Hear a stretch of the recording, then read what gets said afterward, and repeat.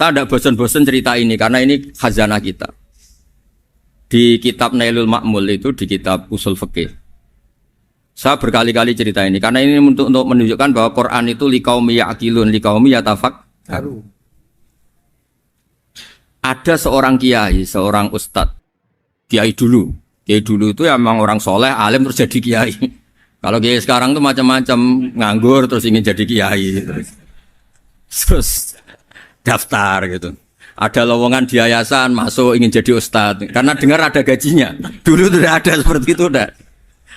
Makanya dulu tuh kalau ustadz kiai pasti soleh karena dia alim terus ingin orang lain tuh mendapat ilmunya. Kalau sekarang nggak ada yayasan sehat, guru gajinya sekian. Yang nggak ingin jadi ustadz tuh daftar karena ada gaji. Apalagi ada kabar, ada gaji, ada mes, ada wah yang daftar banyak. Tapi mentalnya ada kiai sebetulnya. Ya kalau sampean tanya itu baik dah Gus, ya setengah baik. Ya maksudnya setengah baik ya ada baik ngajar itu kan baik. Tapi setengah saja karena motifnya itu nyari gaji bukan ingin mencerdaskan umatnya Rasulullah SAW. Itu Imam Amudi itu guru matematika. Saya enggak bosan-bosan cerita ini, guru matematika. Muridnya sampai takut ini masuk surga ndak. Kiai kok enggak ngajarin istighosa atau tahlil malah ngajarin apa? Matematika. Beliau meninggal terus muridnya tanya, "Ma fa'alallahu bik?" Kira-kira gitu. Apa yang dilakukan Allah? Allah nyambut Anda gimana? Terus kata Imam Amudi, "Bagus saya disuruh ngajar malaikat." Karena malaikat kan enggak pernah kayak anak beki gini ngaji gini. Malaikat itu enggak pernah ngaji, dia iman saja karena tahu surga, tahu neraka terus iman gitu aja. Jadi imannya malaikat tuh enggak keren kita. Imannya loh ya. Loh itu yang ngendikan Nabi loh, tidak saya. Nabi pernah tanya sama sahabat, iman yang paling keren siapa? Jawabannya sahabat malaikat. Ya enggak, karuan malaikat iman. Dia yang tahu surga neraka, tahu segalanya masa ada imannya pasti iman lah katanya. Terus ya para sahabat engkau iman ya wajar kan menangi saya, nemuin saya. Yang hebat itu orang-orang yang tidak melihat saya, tidak saya didik tapi tetap iman. Karena dididik akal, ya tadi dididik Quran, apa dididik Quran. Sama siapa? Teks bahasa Arabnya masa enggak? Terus Imam Amudi kata Allah, suruh dia ngajarin para malaikat cara menemukan saya. Malaikat dikumpulin terus Imam Amudi disuruh ngajar. Sama singkat kata-katanya Allah di mimpi itu. Istadilla ala wahdaniyati. Bi hadrati malaikati. Tolong ajarkan cara menemukan saya padahal Anda ini manusia yang tidak melihat saya. Anda di Jakarta kan melihatnya gedung-gedung. Paling jadi khayal terus nikmat lah, Anda ikut punya tapi ikut nikmati. Itu orang desa-desa kalau ke Jakarta itu pokrol. Wah di Jakarta tuh gedungnya tinggi-tinggi, tidak kayak kampung sini. Lu udah ikut punya, ikut bangga. Di Jakarta orangnya cantik-cantik, tidak kayak orang sini. Padahal dia ya dapat orang cantik gitu. Jadi Allah tuh saking pinternya, miskin-miskin ya bisa berkhayal dan bahagia. Nah, itu alhamdulillah betul. Akhirnya itu apa ini anak-anak begini saya tak niati ngajar standar anak-anak akademik. Terus pertama yang diajarkan hanya bilang gini, sama siapa teknya? Ya malaikat wahi para malaikat. Terus beliau bilang, nisbatus naini wassalasah ila malanihayatalahu nisbatul far'i ilal asli. Angka itu jumlahnya berapapun 2, 3 sampai triliunan. Semuanya itu nisbatul far'i ilal asli. Binisbat ilal wahid nisbatul far'i ilal asli. Angka 2 ya cabangnya 1, 3 ya cabangnya 1, 1 triliun ya cabangnya 1. Tetap yang asal usul adalah angka 1. Itu nangis semua malaikat. Cara Jawa itu mandekman kowe iman kaya imanku. Makanya imannya umatur Rasulullah SAW itu PD-nya yakinnya kayak imannya malaikat. Kalau Tuhan itu 1. Karena angka enggak bisa dimulai kecuali dengan angka 1. Makanya nisbatus naini wassalasah ila malani hayatalahu iku nisbatul far'i ilal asli. Semuanya itu nisbatnya cabang ke induk. Berarti semua alam raya ini tetap asal usulnya 1, yaitu qul huwallahu ahad. Nah, itu namanya akal. Umatnya Rasulullah itu ditinggali mukjizat akal lewat panduan Quran sehingga meskipun kita tidak menangi Rasulullah, tidak menangi sahabat, kita tidak tahu malaikat Jibril, tapi cara iman kita ini tidak kalah keren. Yakin hakul yakin. Terus kedua, gambar. Kamu gambar rumah, gambar hewan, gambar apa saja, mesti dimulai satu titik. Entah gambar kamu bagus, entah jelek, tetap dimulai satu titik. Nah, titik ini namanya nuqtatul wujud. Semua alam raya dimulai dari satu titik, yaitu nuqtatul wujud. Makanya Quran dimulai bismillah, dan bismillah itu dipilih sama Allah pakai pertama ba itu ada titik. Itu kata semua ulama. Itu titik itu singkatan dari bi kana makana wa bi yakunu mayakun. Karena saya semuanya ada. Bi itu karena saya. Jadi makanya santri-santri beki tidak usah bayangkan kamu jadi wali terus bisa terbang ke Mekah, tidak usah. Kalau terbang ke Mekah ya sudah umroh aja bayar. Kalau enggak ya maklaran KBH atau apa. Pokoknya cari gratis itu. Ya gratis kan ya. Dapat orang 10 gratis satu. Terus orang enggak umroh-umroh dirayu-rayu supaya umroh. Repot. Itu pelanggaran fikih itu. Kalau orang punya utang itu wajibnya hanya utang dulu gitu. Wah, repot. Saya itu juga sering bingung di kampung-kampung. Gus sama umroh. Kenapa? Dapat gratisan. Minta uang saja buat nyaur utang, enggak boleh. Wah, secara fikih yang wajib itu nyaur utang bukan umroh. Enggak boleh Gus diminta uang, enggak boleh, harus umroh. Udah gitu saya ini bingung Gus mau umroh, enggak nikmati. Kenapa? Disuruh ngajar Gus. Repot semua kalau ibadah mergawe ya jadi bingung semua. Ya saya mohon anak-anak BK semua yang seneng Quran itu harus seneng sampai kayak saya sehingga tahu mencari Tuhan dengan cara tauhid yang berbasis akal. Itu sedzahir imannya malaikat. Jika di klasmen iman itu manusia ulul ilmi, kita-kita yang nekuni ilmu itu nomor 1 prakteknya. Karena nomor 1 itu Allah karuan kan syahidah wa, Allah kan enggak tertandingi syahidah wa annahu la ilaha illa huwa. Terus wal malaikatu, malaikat kan karuan karena langsung menyaksikan surga. Dan ketiga apa? Wa ulul ilm. Berarti prakteknya kan nomor 1. Kalau kompetitornya semuanya manusia, ulul ilmi nomor berapa? 1 kan? Nah nomor 3 kan dari Allah, malaikat, ulul ilm. Berarti kalau kompetisinya antar manusia nomor berapa? 1 kan? Nah kenapa ulul ilmi di nomor 3 kan tapi dari Allah, malaikat, ulul. Kerennya kayak apa? Karena cara iman ulul ilmi itu enggak ada ragunya sama sekali. Kamu ragu enggak kalau 2 itu cabang dari 1, asalnya 1? Enggak pernah ragu kan? Semua gambar seruat apapun dimulai dari 1 titik, ragu enggak? Enggak kan? Nah imannya umatnya Nabi karena dipandu oleh Quran itu seyakin itu, sehakul yakin itu. Nah itu terus Jubair bin Mut'im jadi iman. Am khuliqu min ghairi syai'in am humul khaliq. Terus kata Allah lagi, kalau kamu tidak percaya saya yang bikin langit bumi ya gampang dong. Kamu saja yang ngomong kalau kamu yang bikin. Paling orang sepakat kamu stres. Terus hanya ayat gitu, am khalaqus samawati wal ard. Kalau kamu tidak yakin Allah yang bikin ya silakan Anda klaim saja kalau kamu yang bikin langit bumi. Bala yuqinun. Kamu juga gak mau kan dibilang stres. Ya, ini ngaji ilmu dulu, nanti bagian terakhir ijazah. Bismillahirrahmanirrahim. Ini riwayatul Bukhari. Haddatsana Abdullah bin Yusuf, haddatsana Les, haddatsana Sa'id al-Maqburi an Nabi Hurairah radhiyallahu anhu qala an-nabiy sallallahu alaihi wasallam. Ma minal anbiya'i nabiyyun illa qad u'tiya minal ayat ma mithluhu amana alaihil bashar. Wa innama kana alladhi utituhu wahyan awhahu wa ilayya fa arju an akuna aktsarahum tabi'an yaumal qiyamah. Dados kita tahu semua nabi itu punya mukjizat. Ya, semua nabi itu punya apa? Mukjizat. Mukjizat itu hal yang luar biasa yang memastikan manusia itu tidak bisa menyainginya atau menandinginya. Dan rata-rata mukjizat nabi dulu itu fisik. Misalnya ontanya Nabi Soleh itu kan onta tapi keluar dari batu, itu kan aneh. Aneh sekali. Atau tongkat Nabi Musa bisa simsalabim mengeringkan laut apa? Merah. Semua Nabi itu punya mukjizat dan semuanya berbentuk fisik. Kecuali mukjizatul Rasulullah Shallallahu Alaihi Wasallam itu berupa Al-Quran. Al-Quran itu konsep ilmiah. Terus kata Rasulullah Shallallahu Alaihi Wasallam, tapi saya karena Quran itu justru berharap pengikutku besar dan sampai hari kiamat. Sekarang kita logika ya. Andaikan kamu punya tongkatnya Nabi Musa, kalau kamu suka uang, kepikirannya dijual apa dipakai? Kalau kamu suka uang, dipakai. Kalau kamu ahli suudon itu pikirannya ndak, ini asli ndak. Karena yang melihat di Turki itu ya sebagian gitu. Kalau yang suka perdukunan itu bayangkan tuh miliknya.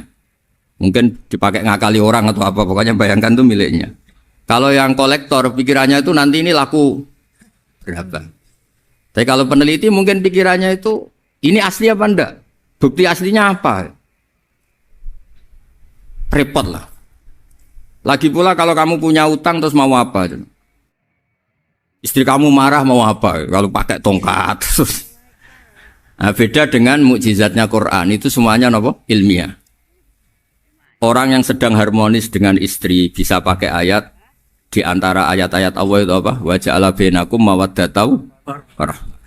Nanti kalau ditakdir cerai, saya tidak menyarankan cerai. Kalau ditakdir cerai, itu masih dimotivasi sama Allah wa iyatafarraqa yughnillahu kullam min sa'ati. Jika suami istri itu cerai, jangan-jangan suaminya dapat istri lebih baik, istrinya nanti dapat suami lebih baik. Jadi yang masa lalunya ada keprahara. Kan banyak orang suaminya meninggal ketika nikah lagi ditanya, kangen sama suami pertama, alhamdulillah ini lebih baik. Padahal suaminya yang meninggal itu berharap istrinya ini kangen, ternyata dia sudah syukur dapat suami yang lebih baik. Jadi Quran itu menunggui kita ila yaumil qiyamah. Kita tidak bunuh diri, itu ya barokahnya Quran. Karena problem apapun kita dinasihati apa sabar, apa dinasihati sabar. Kan nggak mungkin kamu pegang tongkatnya Nabi Musa, punya masalah apa saja ngelihat tongkat, bisa apa tongkat. Tapi kalau Quran kan nasihat, solusi. Makanya Nabi berharap dengan Quran ini, saya berharap pengaruh saya, pengikut saya terbanyak ila yaumil qiyamah. Terus beliau dikomentari begini sama, ini Fathul Bari, sarahnya Bukhari. Al-muradu anna mu'jizatil anbiya inqaradat binqiradi a'sorihim. Falam yusyahidha illa man hadaraha. Problem mukjizat nabi-nabi dulu itu kan fisik. Sehingga yang tahu kalau Nabi Soleh punya unta yang ajaib, itu yang tahu ya hanya yang hadir saat itu. Yang tahu kalau tongkat Nabi Musa bertuah, itu juga yang tahu hanya yang hadir saat itu. Selebihnya tahu tongkat ya di museum. Tapi kalau Quran menjadi solusi, menjadi panduan, menjadi pegangan itu ila yaumil qiyamah. Kita beri contoh ya Quran panduan yang paling gampang misalnya begini. Dulu ini cerita ya. Dulu itu ada orang kafir cerdas namanya Jubair bin Mut'im. Itu saking pinternya dia, pinter juga tokoh. Itu sebagai delegasi pembebasan Asra Badrin. Jadi tawanan-tawanan perang Badar itu mulai dulu ya ada negosiasi mau dibebaskan. Terus orang-orang kafir ini menugaskan namanya Jubair bin siapa? Mut'im. Ini ada di Bukhari. Karena ini ngaji di Jakarta. Kalau orang nggak tahu hadis juga tanya ini sahih ndak gitu. Wong nggak tahu kok tanya itu aneh. Padahal kalau dibodoni itu ya nggak tahu. Tapi ya tetap tanya hadisnya ini sahih ndak. Ini kata kiai apa kata nabi ini ya. Memangnya kata nabi kamu dengar kan ya lewat kiai. Memang. Setelah itu Jubair itu datang ke Medina. Dengerin, datang ke mana? Madinah. Kemudian dengar Nabi baca Wattur pas sholat maghrib. Jubair karena Nabi dulu gak ada hotel, gak ada pondok ya. Pondoknya Nabi hanya sufah itu.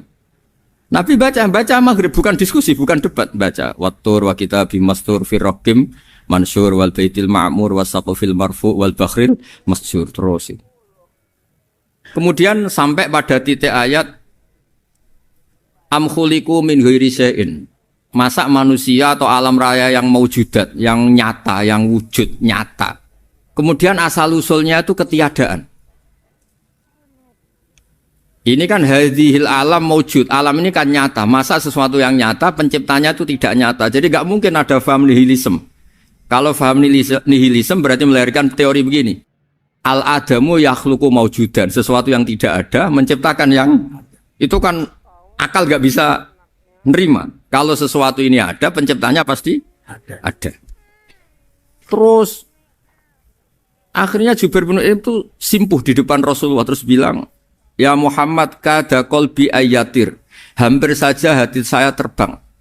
Kalau riwayatnya Imam Ahmad, faka'anna masudi akal bihati, saya ini hancur. Semua teori yang saya bawa untuk ngelawan kamu, sekarang luluh semua, hancur semua. Yang benar adalah teori Anda, bahwa Tuhan itu satu, dan Tuhan itu ada sebelum semua makhluk. Coba kalau Nabi Muhammad ada Jubair bin Mut'im terus menyembunyikan tongkat dekat mihrab, terus dilihat ini apa, paling pikirannya ini dari kayu apa, terus yang bentuk tongkat itu tukang pemahatnya siapa? Kok kurang keren kalau dipelitur gimana ya? Kan malah panjang. Kira-kira kalau mukjizat itu dari tongkat itu malah panjang. Panjang lah pokoknya panjang. Lagi pula kamu coba kan nggak ngarah mandi, itu yang mandi kan nabinya bukan tongkatnya. Coba tongkatnya Nabi Musa coba anak-anak beki itu. Dipakai mukul kucing aja tidak mesti mati itu. Jadi nggak jelas mukjizat-mukjizat seperti itu nggak. Tapi kalau Quran menunggui sampai saking hebatnya Quran, teori rasionalitas, soal kampanye di mana-mana. Tingkat validitas, tingkat kebenaran Quran itu bahkan bisa diuji tanpa membuktikan. Tanpa apa? Cukup pakai akal. Ya terus saya teruskan. Fala yamurru terus al-murad anna mu'jizatil anbiya in qaradat bi qidari asam wa mu'jizatul Qur'an mustamirratun ila yaumil qiyamah. Wa kharquhu lil adat fi uslubihi wa balaghatihi wa ikhbarihi bil maghibat. Terus kata ini yang ngarang Fathul Bari sarahnya Imam Bukhari. Fala yamurru asrun minal a'sar illa wa yadharu fihi syai'un mimma akhbaru bi annahu sayakun yadullu ala sihhati da'wahu. Wa hadza aqwal muhtamilat. Wa takmiluhu fil ladzi ba'da wa qilani ya anal al makna anal mukjizat al madiyah kanat khissiyatan tusyahadu bil absar kana qati sholeh wa asa Musa.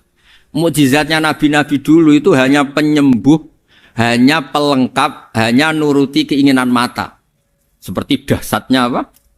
Laut Merah di sebelah apa dipukul sama tongkatnya Nabi siapa? Itu semuanya itu hanya memanjakan mata. Urusan mata.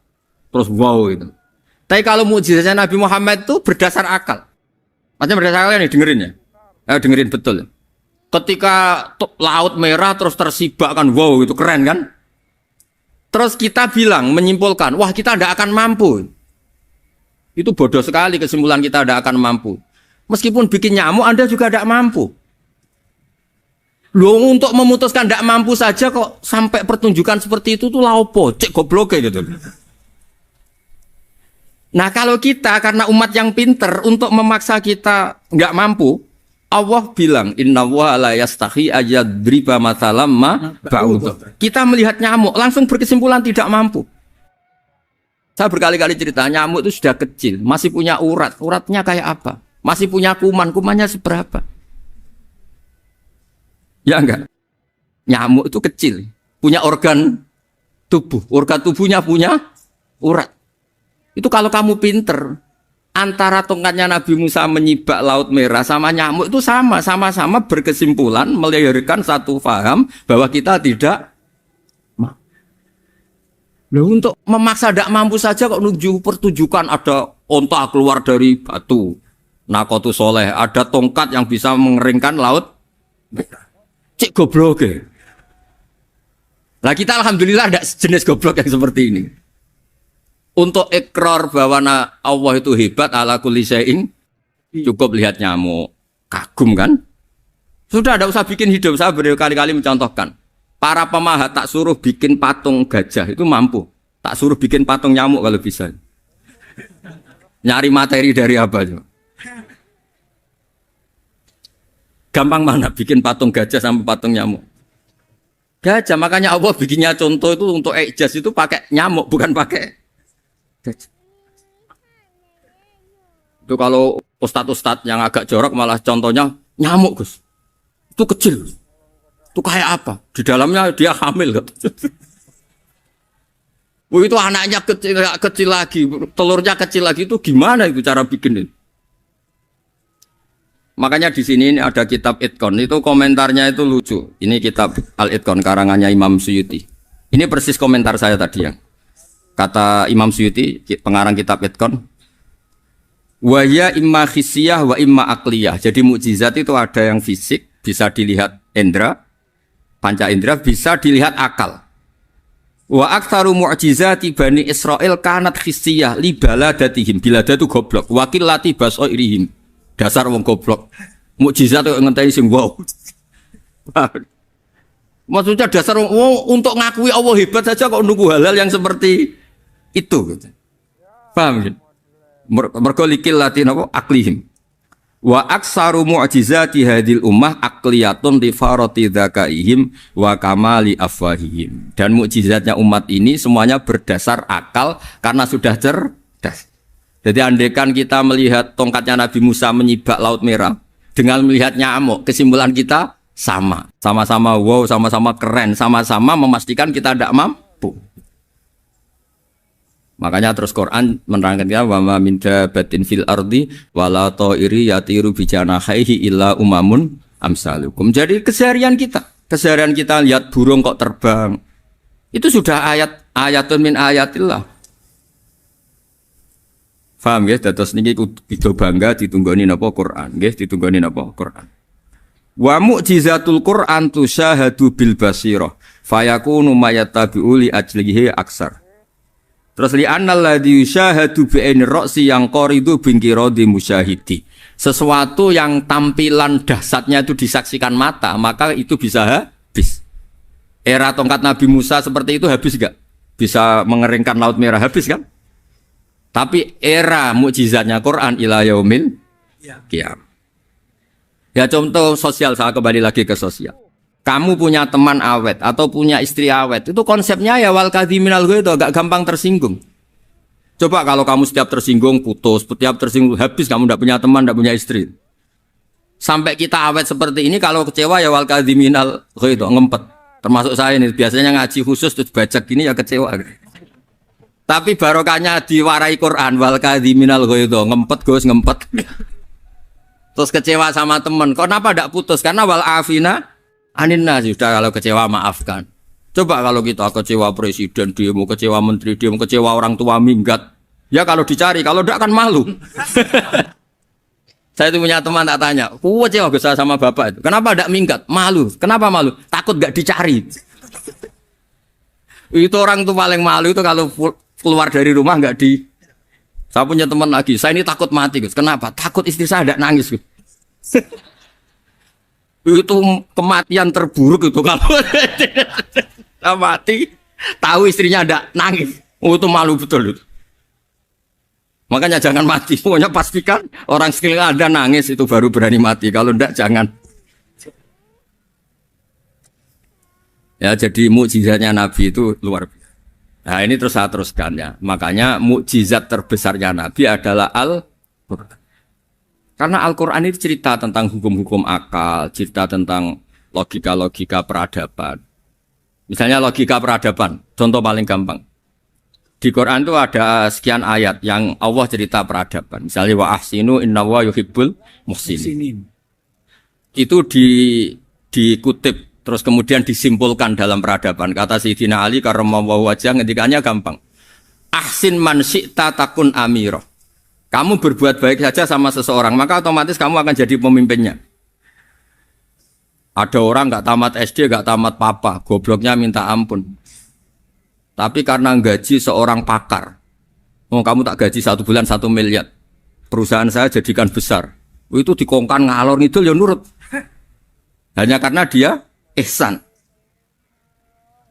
Terus wastaghni amman syi'ta takun nadhira. Saya ulang lagi. Wastaghni amman syi'ta takun nadhira. Dan kamu jangan butuh orang lain, siapapun dia, maka kamu akan setara. Misalnya ada menteri orang antri mau salim, tapi kamu tidak butuh kan tenang saja. Tapi kalau kamu butuh, habis kamu. Ya kan? Kamu tidak butuh seseorang, maka kamu posisinya akan setara. Kamu harus sopan karena punya utang jasa. Kalau nggak punya apa-apa kan setara. Ya enggak? Misalnya kamu jajar rektor atau jajar menteri, jajar apa saja. Kalau kamu tidak punya utang kan, kamu jajar menteri tidak punya utang. Sama jajar satpam tapi punya utang, takut mana?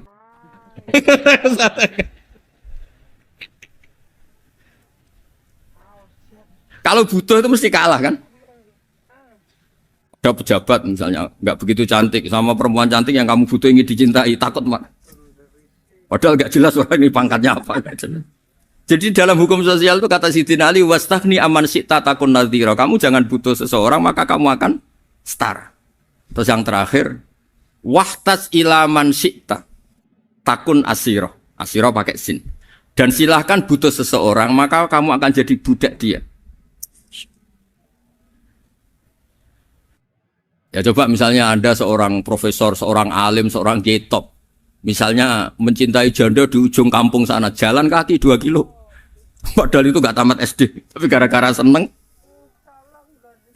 kacau kan, logika kepangkatan hilang semua kan. Jadi itu hukum peradaban, itu mewakili isi-isi sosial yang diterangkan Quran. Ya, jadi paketnya 3 tadi ya. Ahsin man syi'ta takun amiro. Kamu berbuat baik sama seseorang maka kamu bisa memimpin. Wastahni amman syi'ta takun nadhira. Kamu jangan butuh seseorang maka kamu akan setara. Bok kamu ketemu orang terkaya di dunia. Yo ketemu orang terkaya di dunia, kamu jejer, kamu tidak butuh dia.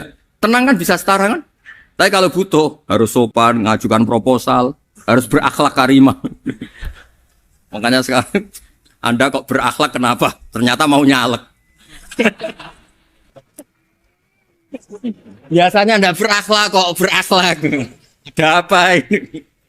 Makanya guyonan di Rembang itu Beb Husen itu. Kalau ada orang mendadak sopan sama temannya, temannya curiga, kok tumben sopan, mau utang ya? Zaman akhir itu kacau.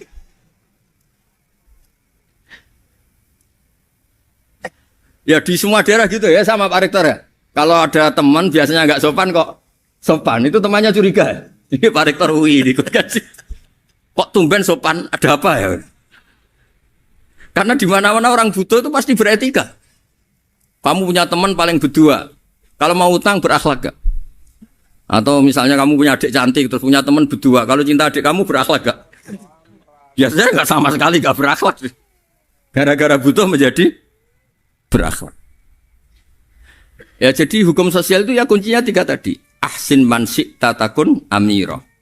Wastahni amman syi'ta takun nadhira. Terus wahtas ila man syi'ta takun asira. Kalau kamu butuh seseorang pasti kamu dibikin hina. Asir itu tawanan. Nah, Quran itu bicara sosial itu lengkap. Dan itu yang nunggui kita. Kita punya tetangga yang kurang baik, ya seneng. Punya tetangga baik, ya seneng. Kata Imam Syafi'i, saya berkali-kali cerita. Kok seneng semua Imam Syafi'i? Ya bagus lah. Kalau yang seneng saya enak lah. Dijak jagongan, dijak ngopi enak. Yang gak seneng saya, gak ngarah utang. Uang itu nak, kamu punya tetangga gak seneng kamu. Aman kan? Aman. Gak akan pinjem uang kan, pinjem mobil. Uang gak seneng kok. Makanya Imam Syafi'i itu kalau ngedikan luar Syafi'i, diceritain orang. Ya Aba Abdillah bagiannya. Ya Aba Abdillah orang itu gak seneng kau. Bagus lah. Loh kenapa bagus? Waman asa'a ilaika faqad atlaqaka. Orang yang enggak seneng kamu maka membebaskan kamu. Enggak akan pinjam uang, pinjam mobil, enggak akan ganggu waktu kamu kan enggak seneng. Justru yang seneng-senengi masalah pinjam terus. Imam Syafi'i itu orang yang anggap dunia itu selesai. Ada yang cerita, ya Aba Abdillah, orang yang tadi cium tangan engkau, yang hormat engkau di luar maki-maki engkau, ngerasain engkau, ngata-ngatain engkau. Ya bagus lah. Kok bagus gimana? Berarti saya wibawa, depan saya tidak berani. Berarti saya wibawa, di depan saya tidak berani. Berarti itu makomnya sudah kulillah, sumadarhum fi khawdihim, ya labun, sudah dunia itu selesai, sudah agak penting semua. Nah itu kalau kamu anak-anak beki ahli Quran, sudah ayatnya kulillah, sumadarhum fi khawdihim, ya labun, sudah lihat Allah saja agak penting, makhluk-makhluk itu. Dah makhluk semua agak penting, sepenting Allah. Nah kita ini ditunggoni mukjizat seperti itu. Bayangkan misalnya kita ditunggoni tongkatnya Nabi Musa. Saya ngajar di sini terus ini tongkat. Terus nanti yang tanya, Gus itu kayu apa Gus? Nanti yang kolektor tanya itu harganya berapa Gus? Ruwet apa? Terus yang ahli suudon itu asli gak Gus? Wah. Yang ahli suudon kan mesti tanyanya gitu, itu asli enggak Gus? Repot-repot pokoknya. Tapi kalau Quran kan jelas. Kenapa?